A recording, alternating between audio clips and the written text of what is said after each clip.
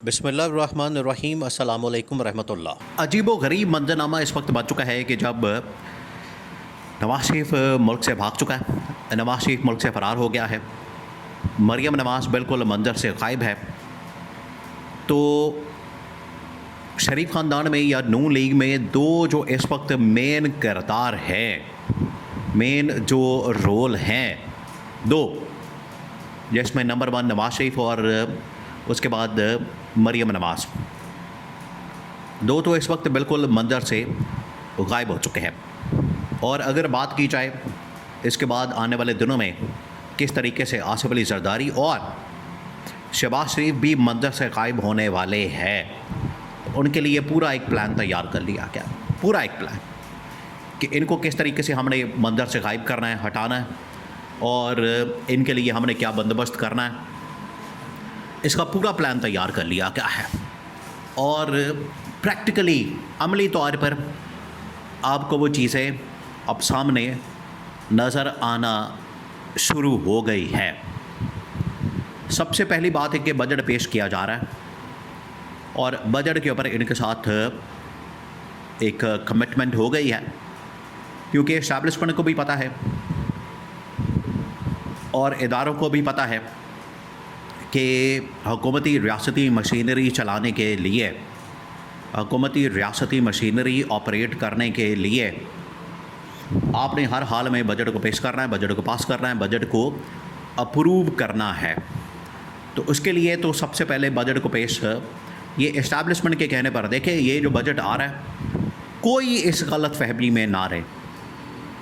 अगर किसी को थोड़ी सी भी गलत फहमी है, किसी को थोड़ा सा भी इस हवाले से शक है, डाउट है कि ये कोई डील हो गई है, मुकमका हो गया है, इस्टेब्लिशमेंट ने सरेंडर कर दिया है, कोई इनके दरमियान आपसी मामला तय पा गया है, अगर कोई इस तरह की चीज़ है तो बिल्कुल अपने दिल से, अपने जहन से, वहम गुमान से ये इस शक को निकाल दे कि कोई डील हुई है। बल्कि क्लियर कट अंदाज में इस्टेब्लिशमेंट ने इनको डंडा दिया, इस्टेब्लिशमेंट ने इनको कहा कि आप बजट तो पेश करें पहले, फिर आपको देखते हैं कि करना क्या है।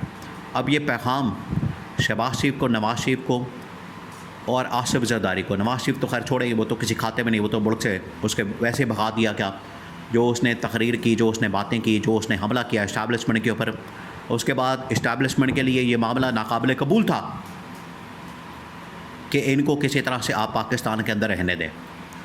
अब शहबाज शरीफ और नवाज शरीफ को ये पैगाम दिया गया कि, और आसिफ जरदारी को ये पैगाम दिया गया कि आप अगर सर्वाइवल चाहते हैं, चले वक्ती तौर पर तो आपको 1 महीने का सर्वाइवल मिल जाएगा, और 1 महीने का सर्वाइवल ये है कि बजट सेशन कॉल कर लिया जाए, बजट सेशन बुला लिया जाए, और बजट सेशन बुला के उसके अंदर बजट को पेश किया जाए।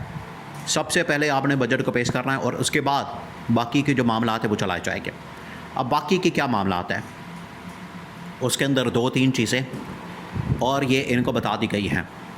पहली चीज़ 28वीं तरमीम, जो कि इसके बाद होगी, ये एक एक करके जो स्टेप्स 3-4 लिए जाएंगे, उसके बाद शहबाज शरीफ और आसिफ जरदारी दोनों इसी तरह से मंजर से गायब हो जाएंगे, आपको पता भी नहीं चलेगा, और इनके दरमियान ये डील हो गई है, मुकम्मल हो गया है।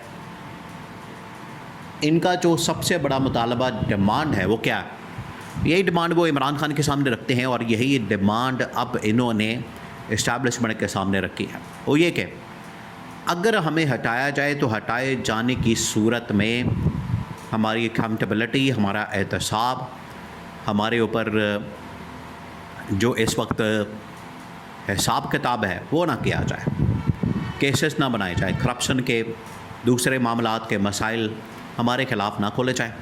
आप जो करप्शन, लूट मार, बाकी जो चीज़ें हैं वो तमाम के तमाम मामलात आपने खोलने हैं, बिल्कुल खोल लें, बाकी जो चीज़ें करनी है वो कर लें, लेकिन करप्शन के केसेस और लूट मार के ये आप केसेस ना खोलें।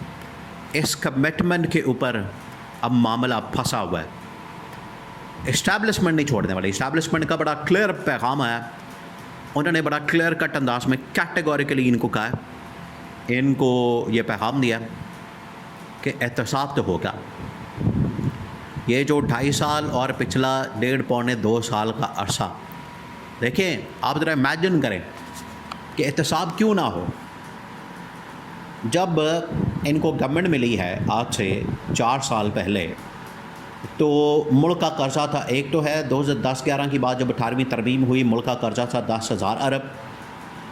और ये इनको जब गवर्नमेंट मिली इमरान खान के अदम एतमाद के बाद, इनका मुल्क का कर्ज़ा था तकरीबन कोई 35 से 40 हज़ार अरब, जो कि एकदम जंप मार के पहुंच गया है 1 लाख अरब रुपए तक। ये पिछले 4 सालों में 60,000 अरब और उससे पिछले 10 सालों के अंदर तकरीबन कोई 30,000 अरब का कर्ज़ा इन्होंने मुल्क के ऊपर चढ़ा। ये इसकी बदतरीन कारकर्दगी की एक बहुत बड़ी मिसाल है, बदतरीन कारकर्दगी की। एक कारकर्दगी की हालत ये है, कारकर्दगी का आलम यह है कि इन्होंने मुल्क का बेड़ा गर्क किस तरीके से किया, तबाही और बर्बादी फेरती है। और हालत यह है कि ये मानने के लिए तैयार नहीं, इस चीज़ को तस्लीम करने के लिए तैयार नहीं, इसको एक्सेप्ट करने के लिए तैयार नहीं। अगर आप एक्सेप्ट कर लें, मान लें तो चलें, फिर भी कोई बात बन सकती है, लेकिन ये मानने के लिए तैयार नहीं, तो फिर हिसाब किताब ही होगा, एहतसाब ही होगा, अकाउंटेबिलिटी होगी, फिर ही चीज़ें सामने आएंगी। तो इनको अब 1 महीने का टाइम अल्टीमेटम और डेडलाइन मिल गई है। ये 1 महीने का टाइम इनके पास है। ये जून का महीना, आखिरी महीना, बजट तकरीरें करनी है, आखिरी खिताब करना है, आखिरी तकरीरें करनी है, जिसने जो करना है कर ले। ये बजट सेशन, ये कौमी असम्बली, ये सारे आखिरी बार अपना अपना जो भी करना है किसी ने वो कर ले। ये पैगाम इस्टेब्लिशमेंट की जानिब से इनको पहुँचा दिया गया। और एक एक करके जिस तरीके से नवाज शरीफ को मंजर से गायब किया गया, नवाज शरीफ को निकाला गया, उसके बाद अब मरियम नवाज वो भी मंजर से गायब। ऐसा ही एक ख़बर चलवा के सर्जरी, मेजर सर्जरी या बड़ा ऑपरेशन, उसकी खबर चलवा के तो उनको भी साइडलाइन कर दिया गया, फारिग कर दिया गया। उसके बाद अब शहबाज शरीफ की और आसिफ ज़रदारी की बारी है। इनको भी अब रडार पर, निशाने पर रख लिया गया है, टारगेट पर रख लिया गया है।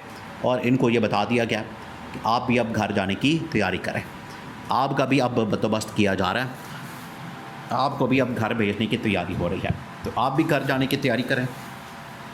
और जो मामलात हैं वो सारे के सारे अब ख़त्म होने वाले हैं, ये इनको बता दिया गया, ये इनको कन्वे कर दिया गया। ये बिल्कुल लास्ट वार्निंग इनको चली गई है। और इस लास्ट वार्निंग के बाद अब पीछे कुछ भी नहीं बचा, सिर्फ बजट इन्होंने पेश करना। और बजट भी क्योंकि इस्टेब्लिशमेंट की अब रिक्वायरमेंट थी, वो रिक्वायरमेंट पूरी करने के लिए एक समझिए कि इनको अब टाइम मिल गया, तो ये टाइम उनके लिए गनीमत है। उसके बाद ये मंजर से गायब हो जाएंगी।